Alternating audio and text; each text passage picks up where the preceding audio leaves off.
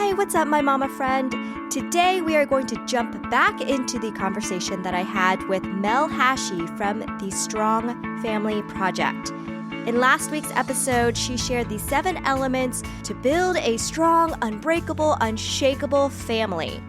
So if you missed that episode, I encourage you to go back and listen to it because there's just so much good stuff in it. That being said, you don't have to listen to part 1 in order to get the goodness from part 2. Mel's going to share her advice on how to be a fully present and fully intentional mom, especially when you are really striving and desiring to build that strong family.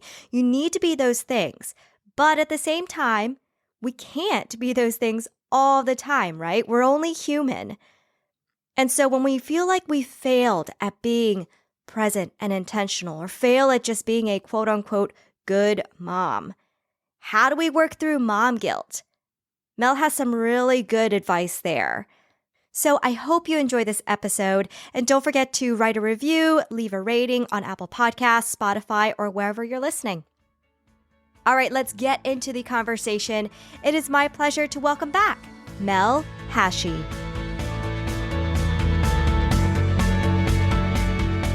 Let's get into some mom wisdom. So implementing all of the family core values, the conversations, the morning routines, all of that does certainly need someone who's very intentional, fully present. What are your best tips on doing that as a mom when you have so much going on all the time, when you do have a lot of responsibility, even if some of those responsibilities are spread throughout the family? How do you just stay fully present and intentional? Well, the first thing I do is I recognize that I need some time to myself. And for me, the way that I do that is I get up extra early. So I started getting up at like 5:30 in the morning because I need to have time when I'm not interrupted and being spoken to. Because, once kids are up, they just talk, and you can't really think. So personally, for me, I start my day a little earlier and I make my coffee and I sit down and I read this like Stoic book about like just things about living a good life. And then I read the Bible a little bit and then I get into making my kids lunches. So I have to have that time in the morning to myself, because if I happen to sleep in and the kids wake up before me, it's a much more frazzled day. You're constantly trying to catch up. Yeah. Yes, exactly. And also I'm a very patient person, and I recognize that I've like made the decision that if my kid needs me, I have to put my stuff aside. So for example, my kids will go downstairs and I'll usually start cleaning up in the kitchen. Now, my middle son, ever since school started, will kind of hang out a little longer and talk to me. And usually that's my time to turn on a podcast and clean up the kitchen and kind of have a little time to myself. But I realize it's almost like I'm intentional, right? Like I realize, okay, he's doing this. This is a pattern. He needs me. He needs some one-on-one time with mom. Because with sports in school, there's not a lot of one-on-one time available. Yeah. So I just kind of made that decision to kind of hang out with him and let him hang out. Because I could just say, hey, you need to get downstairs and go shower, because their bedrooms are downstairs. Yeah. So like I said, a little bit of time to myself in the morning, and then just making that conscious decision that if my kid comes to me and needs me, like I need to be selfless and just give him that time. Even it's not easy, right? But I recognize, first of all, that they're not going to be little forever. And I'm trying to put like investment into our relationship, because I feel like at some point he's going to need me in a bigger way. And if I don't put in those little deposits now into that relationship, he might not come to me. I like actually the word you use there, deposits. It's like you are investing for, greater things that are going to come. Probably scarier things for us moms with kids growing up and all of that. Yeah, so I like that you use that word there. Now, on days where you're not able to get up early, or maybe, your kid needs you, and just at that moment, you're so overwhelmed, you need some time to yourself. Maybe you're just so like oversensitized, what's that word? Just stimulated? Yes, overstimulated. Okay. Yes, that's the exact word I was looking for. And you just decide, okay, I can't do this right now. And then later, the mom guilt sets in. Oh, I know that feeling. Yes. What's your advice there? How have you been able to work through that and get yourself back into a place where you can be fully present and intentional? So a thing that's happened for me is I want my kids to see me as a human, not as just a Mm-hmm. mom. Mm-hmm. So, growing up, I truly idolized my parents and I thought that they could do no wrong. So not that that's a terrible thing, but I think now that I'm raising my own kids, I try to want them to see me as someone who is fallible. I'm not perfect. So if there's a moment when I'm struggling and I can't be there for them, I try to reason with them. I try to be real with them.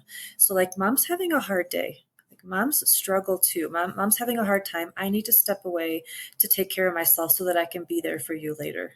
So Mm. I don't try to Yeah. say like I need a break from you or Mm-hmm. you're driving me crazy. Like I don't use phrases like that. I try to just quickly explain to them like, hey, mom's a person too.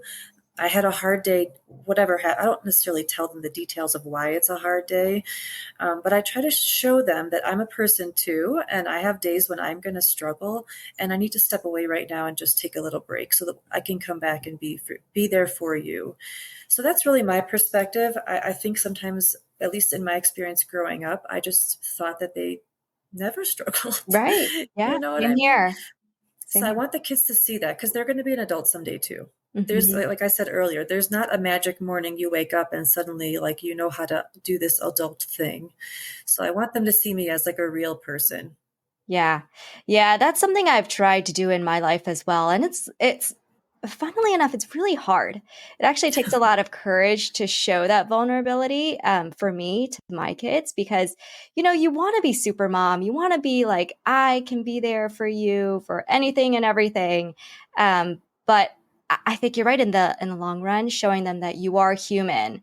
Um, you're always going to be mom, but you're also always going to be human, and you're going to have this range of emotion and limits to, physical demands, emotional demands, mental demands, all of that. Yes, and I'm not too proud to apologize to them. I will come Mhm. to them Mhm. sometimes, like during the evening Yeah. debrief. If something happened earlier and I feel really bad about it, that mom guilt, Mhm. I'll apologize to them. Or even like there have been times when I've laid awake at night and I'm like, "God, I didn't say the right thing, or I, was too short with them during whatever dinner or whatever the case may be." I'll actually like write myself a note and the next day I'll pull whichever one of them aside and I'll say, hey, like yesterday, I'm not proud of how I handled the situation. And I want you to Mhm. know that I'm going to, I'm not proud of that and I'm going to do better next time. So like, I think it's important for them to see you as someone who also can apologize. Yes. Yeah, definitely. Wow. Well, Mel, this is amazing. I love what you and your husband and your family are doing with the Strong Family Project. Where can moms go to learn more about that and connect with you? Sure, you can find us at the strongfamilyproject.com. Well, it's strongfamilyproject.com. That's where all of our links are. We actually offer a free PDF of the 7 steps of the path there. And we're also on Instagram at the official Strong Family Co. So you can find us there too. All right. Well, thank you so much, Mel. I'll have all of those links in the show notes. Everyone go check it out. Thank you so much, Anna. I appreciate the conversation. All right, that was Mel Hashey from the Strong Family Project.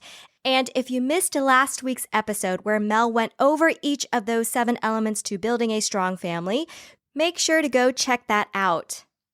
Next week on Mom's Grab Coffee, I have the pleasure of welcoming Dr. Sarah Visser on the show, and she is going to talk about integrated living, especially for you moms who feel the push and pull of a quote-unquote work-life balance that often can lead to us feeling a lot of mom guilt. If we're working, we feel guilty for not spending that time with our children. This is going to be such a good conversation, and it's going to help you live a little more joyfully and embrace each of the callings that God has placed on your life. So hit that follow button on your podcast app and make sure to share the show with a friend. All right, my dear, have a wonderful, hope-filled, blessed week, and I'll catch you again next week for a cup of coffee with a side of faith, wisdom, and hope.